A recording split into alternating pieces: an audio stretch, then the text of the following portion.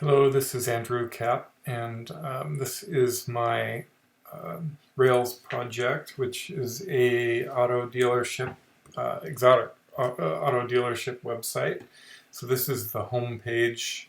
Has an embedded YouTube video of just a cars and coffee, and then I have a nav bar at the top with my own little simple logo that I designed. So it has some nice features. You can create an account here, either using the website or Facebook.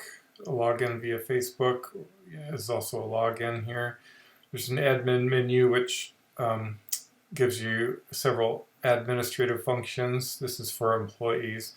So there's a separate employee login, and this is where you can add a vehicle to the inventory, edit and delete vehicles, and also manage the other employees. Instead of a create your own account, it's like an admin would add employees and edit them, edit the security access, and then you can also view all appointments. From the home page, this is the nav bar for the customers, and it uses a different layout template for this versus the admin one. So if we go and let's say log in real quick, I'm just going to log in on my Facebook. It'll do it automatically. From there, and you don't have to log in to view the inventory, only appointments. So maybe I'll log out real quick. So if you try to go to appointments, it asks you to log in. So if I go here to Facebook and log in, then if I go to appointments, I don't currently have any, but you can set up an appointment. So if I make let's say a service appointment,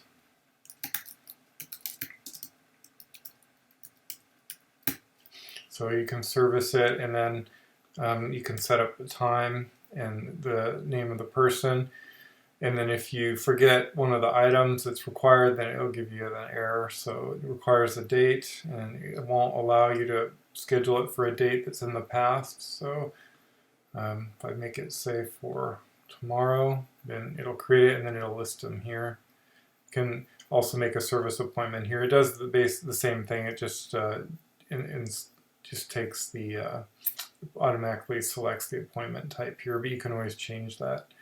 So the most important thing and the funnest thing is the inventory. So I've got some seed data here with quite a few different vehicles. They're all exotic cars.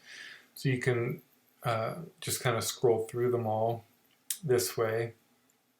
You can also search for a specific one. So if you want, let's say, a Lamborghini, hit search, then it'll list the Lamborghinis. If you want, let's say, a 2014 Ferrari, it'll list that. A LaFerrari. So you can do a couple different, I guess it's the same thing that's already on there. 1997. Porsche. So you could search this way. You can also just filter here. So if you want just Lamborghinis, you can just click from the list and hit filter.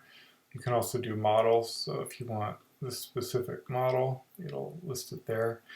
And then you can also list the inventory by price from lowest to the highest. You can put in order by the make, so it's alphabetical, or by the year. So newest first to the oldest. This is a really cool 1997 Porsche with only 500 miles on it. I got this seed data, from an actual website. And it's almost 800,000, but it's brand new basically, and it's got some interesting colors. So the other part of this, you can click on the logo to go back. The other part of this is the admin function. So let me log in real quick. And from here you can add a vehicle, or you can edit vehicles. So it goes to the same listing, but then you click on it and you have these buttons. So you can go in and change the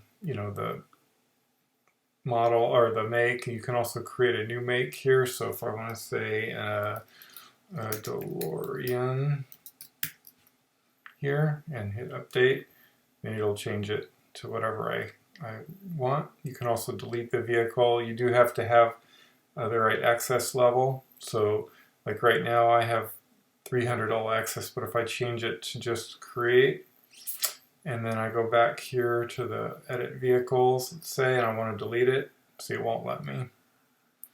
So can there's basically view only, create, and then all access. So the same thing goes for the employees. You can add a new employee here. There's no option for them to sign up their own account. It's like it's like a manager would have to do it, or HR. And you can view and edit employees here, so you can change their access level. It also lets you change their password, which isn't necessarily the way you'd want to do it always, but it's just the way I have it set up. And then like I have the access to delete, so you can go in here and delete them. Now if you do that, and let's say we go back to the customer menu and go to an appointment, it knows that if you deleted that employee, it'll just say employee not found if you deleted that employee and they had an appointment. So you could go in here and edit it, and there's only one person left because I deleted the other two. But you can go ahead and select somebody else if you want as a customer. Okay, so admin, and then the admin functions, you can also view all the appointments, and they're in order by date. And then that's a little, that's just because of the size of the screen there, or the size of the zoom, but you can also delete appointments here if you have the access. So again, if I don't have access, then it won't let me delete it. All right, thanks for looking at my project.